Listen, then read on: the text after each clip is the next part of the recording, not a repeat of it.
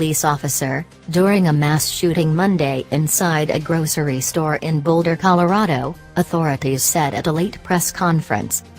The officer was identified as Eric Talley, 51, who served on the force since 2010. He was the first officer at King Scoopers, the crime scene after the shooting. The suspect. Identities of the ice down, 2 in the parking lot and 1 near the doorway. He said he couldn't tell if they were breathing. Our community, he said.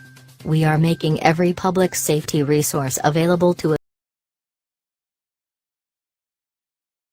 Like, share, subscribe, and get notification.